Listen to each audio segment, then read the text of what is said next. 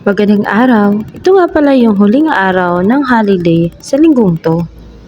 At dahil walang pasok, ay matagal kaming lumabas ng kwarto. At kahit pa nagpoop na si baby, ay pinili kong mag-wipes muna instead na gumamit ng tubig since maaga-aga pa naman. Unilab diaper yung gamit ni baby, pero kapag nauubusan ay gumagamit kami ng Pampers. Yun nga lang ay mahirap siyang ligpitin dahil wala nga siyang tape. Maya-maya ay bumaba na rin kami para makakain siya. Bale, giniling na bigas yung aking pinapakain sa kanya at hinahaluan ko lang ng Cerelac paminsan-minsan. At ayun, wala na ganang kumain ang bata dahil inaantok na pala siya.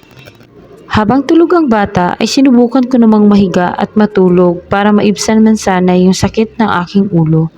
Pero maya-maya ay napakaingin ng mga aso kaya wala akong nagawa kundi tumayo na lang ulit. Pagkaraan ng ilang minuto ay gising na ulit ang bata. So pinalaro ko muna siya habang ako ay naghuhugas ng pinggan dahil nagpasya akong sa lababo ko muna siya paliliguan ngayon. Binuksan ko nga pala itong cream baby soap ng Unilab since paubos na rin yung kaniyang baby bath. Bukod sa Unilab Baby Bath ay gumagamit rin ako ng Relezima Cleanser pati yung kanilang lotion. Ito kasi yung nireseta ng Pedia nung nagkaroon siya ng rashes sa kaniyang leeg. May pinagamit ring ointment nung time na yon at talaga namang napaka-effective. Isang pahid ko pa lang ay kitang-kita ko na talaga yung resulta. Kaya lang ay talagang may kamahalan. Kaya sa mga mommies dyan na naghahanap ng remedies sa rashes, ay ilalagay ko lang po sa comment section yung link ng mga product. As of now, hindi na po nagkakaroon ng rashes si baby Mimib nang dahil sa product na yon.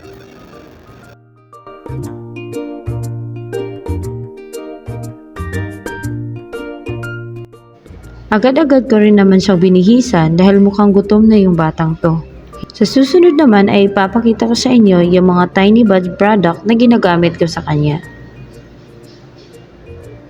Timing naman yung pagdating ng aking parcel dahil paubos na talaga yung diaper ni baby. Bali, umorder ako ng 4 na pack ng Unilab diaper na XL, isang prickly heat dahil gusto ko siyang masubukan. At itong toothbrush na dahil yung Tiny Bud toothbrush na nabili ko ay talagang napakadumi na. Kaya ayun, nandun na sa basurahan. Ito lang muna. Bye!